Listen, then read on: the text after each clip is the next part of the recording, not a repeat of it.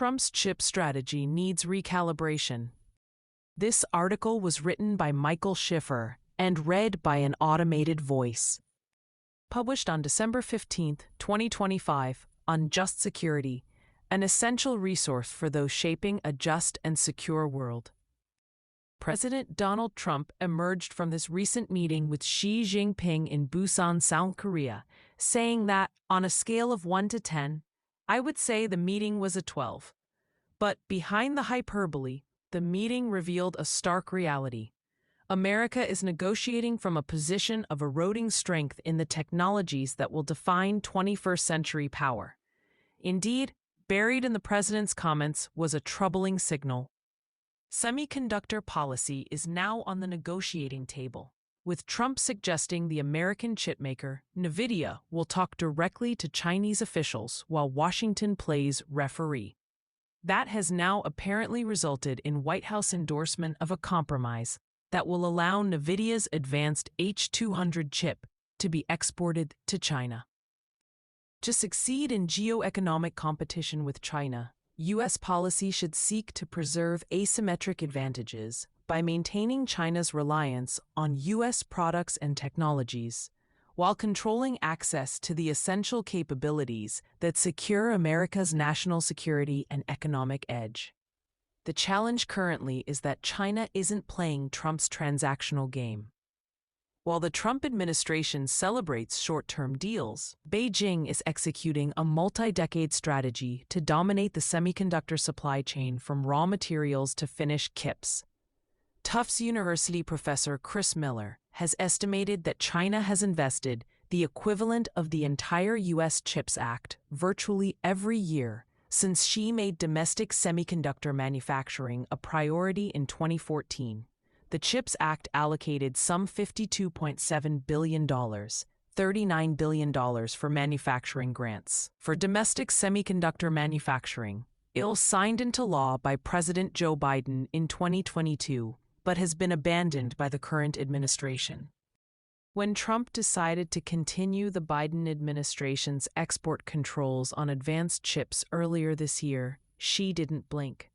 Instead, he doubled down on the indigenous innovation programs that have allowed China to achieve breakthroughs that many in the United States thought were only possible in some distant future, such as 7-nanometer chips, considered the entry point for competitive AI, and carbon nanotube processors that could leapfrog silicon entirely, outperforming in scale, speed, and efficiency. Worse yet, this strategic drift is coming precisely when the U.S. semiconductor advantage faces threats from multiple directions: China's accelerating innovation, allies' frustration with inconsistent U.S. policies, and self-inflicted wounds from using the CHIPS Act as leverage for the government to muscle in and take a position in private corporations. The worst of both worlds. The current U.S. government approach to semiconductor export controls embodies the worst of both worlds, undermining American companies' competitiveness while failing to meaningfully slow China's progress. NVIDIA and AMD face billions in losses from restricted China sales, revenue that funds the research and development needed to keep the United States ahead. Meanwhile, Chinese firms smuggle restricted chips through shell companies, rent computing power from cloud providers, and innovate to get around U.S. restrictions with impressive speed.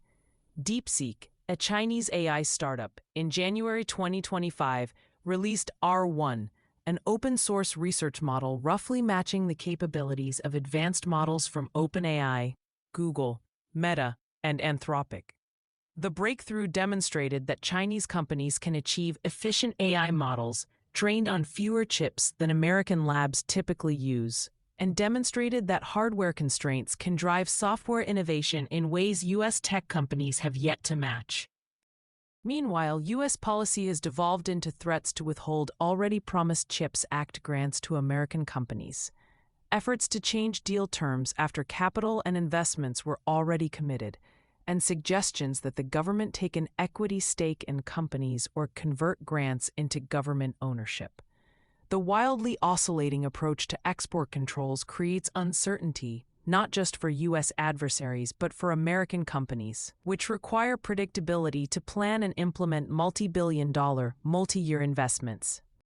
The solution requires a more sophisticated approach, exercising the tools the government has at its disposal to both work with and leverage the private sector to assure that the United States will maintain its technological lead for generations yet to come. Trump's instinct to use semiconductor access as leverage isn't wrong. It's that the execution and approach thus far undermine the desired goal. Treating advanced chips as tradable commodities that the United States can turn on and off based on soybean purchases or other short-term transactions fundamentally misunderstands what's at stake. These are the chips that power artificial intelligence, quantum computing, and autonomous weapons systems, and it's not an overstatement that the country that leads the world in AI will also have significant economic, military, and strategic advantages for generations to come. A more effective strategy. A pragmatic, realistic approach would include: first, control the tools, not just the products. As one analysis put it, it's much easier to control the fishing rod than the fish. Semiconductor manufacturing equipment, the massive chip-making machines from companies like Netherlands-based ASML, represent the real choke point. These tools are produced by a handful of firms in countries that are U.S. allies. Unlike the chips themselves, they are impossible to smuggle. And they're what China desperately needs to achieve true independence. By contrast, controlling finished chips forces constant policy updates as companies design around each new restriction. Moreover, constantly shifting rules breed regulatory uncertainty that pushes customers toward Chinese alternatives. NVIDIA's H20 chip was designed specifically to comply with export restrictions, only to then be banned in April 2025, then unbanned months later with a 15% revenue sharing requirement, only to then have the administration just last week lift restrictions on the even more advanced H200. Customers that rely on a predictable supply of chips and are watching this whiplash, many in China, now have every incentive to develop relationships with domestic Chinese suppliers like Huawei, whose supply won't disappear based on Washington's latest deal-making. The U.S. government needs to focus restrictions on where enforcement works and where partnership is deepest with other nations that share concerns about the malign effect of tech competition with China. Yes, some advanced chips should remain restricted for military applications. But the current approach of banning compliance-engineered chips goes beyond what is needed for security and may be actively counterproductive if the result is to drive Chinese innovation and independent manufacturing capability. U.S. policy should be torqued to restrict where it must, but also to let American companies sell more chips where they don't compromise fundamental advantages. Second, make export controls a force multiplier, not a substitute for American competitiveness. The CHIPS Act has spurred investments of tens of billions of dollars in domestic semiconductor capacity, investments that the adjustments introduced by the Trump administration threatens to undo. While there are certainly adjustments that can provide additional leverage, Congress and the administration need to refocus on accelerating and expanding investments. U.S. Semiconductor companies also need to be able to generate revenues to fund next-generation research and development. That means expanding their access to markets in Japan, South Korea, Taiwan, and Europe to offset losses in China. U.S. companies need economies of scale to compete.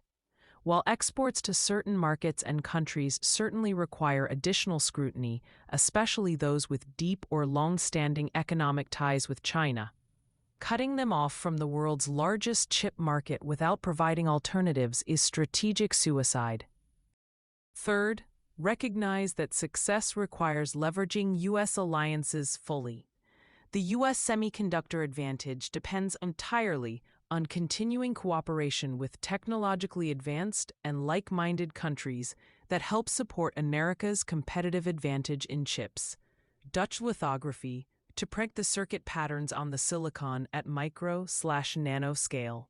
Japanese materials, South Korean memory, Taiwanese manufacturing. But the Trump administration's single-minded pursuit of unilateral control, viewing partnerships as dependency and weakness when in fact they are a strategic asset, has both frustrated allies and left enforcement gaps that China can exploit.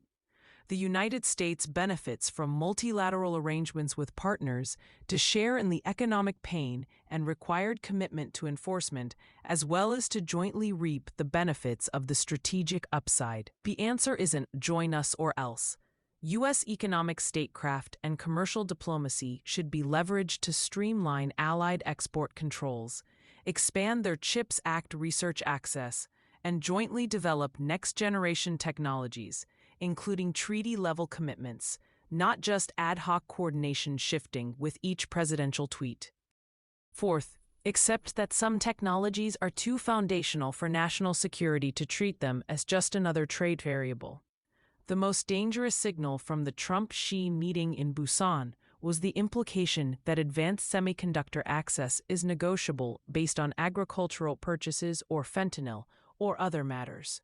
While Xi surely suspected it before, he left Busan knowing that security-driven export controls and America's technological edge are up for negotiation, if the price is right. Finally, recognize that America's technological leadership requires protecting the entire innovation ecosystem, not just products.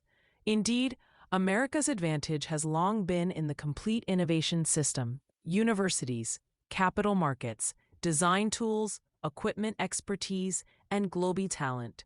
Government actions that hollow out or wreck this ecosystem, in whole or in part, create the risk of technological collapse. For the private sector, lost revenues mean cuts in R&D budgets, laying off engineers, and ceding market share to foreign competitors that face fewer restrictions.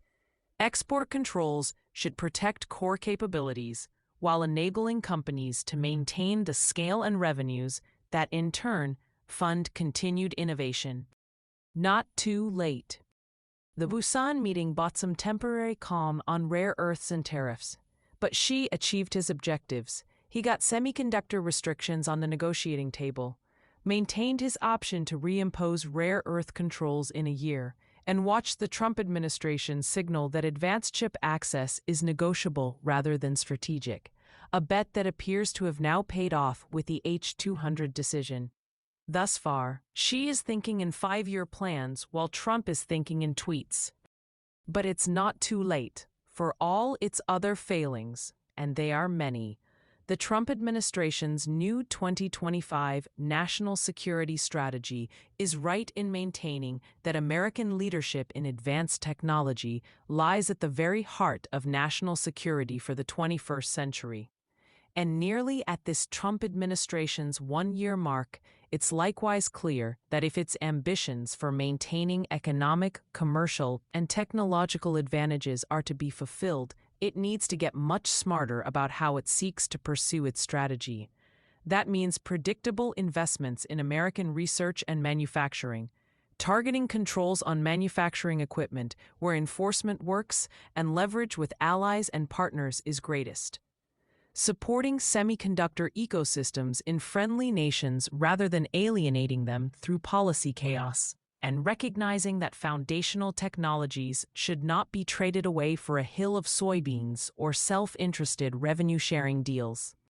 American technological leadership in the century ahead requires a strategy that is ruthlessly focused, multilaterally coordinated, and strategically disciplined. We know the answer. The question is whether this administration can summon the discipline to execute it. Thank you for listening to this article, published on Just Security. To stay up to date on Just Security's analysis of law, policy, and current events, go to justsecurity.org, subscribe to Just Security on Substack, and follow us on LinkedIn, Blue Sky, Facebook, Instagram, and Threads.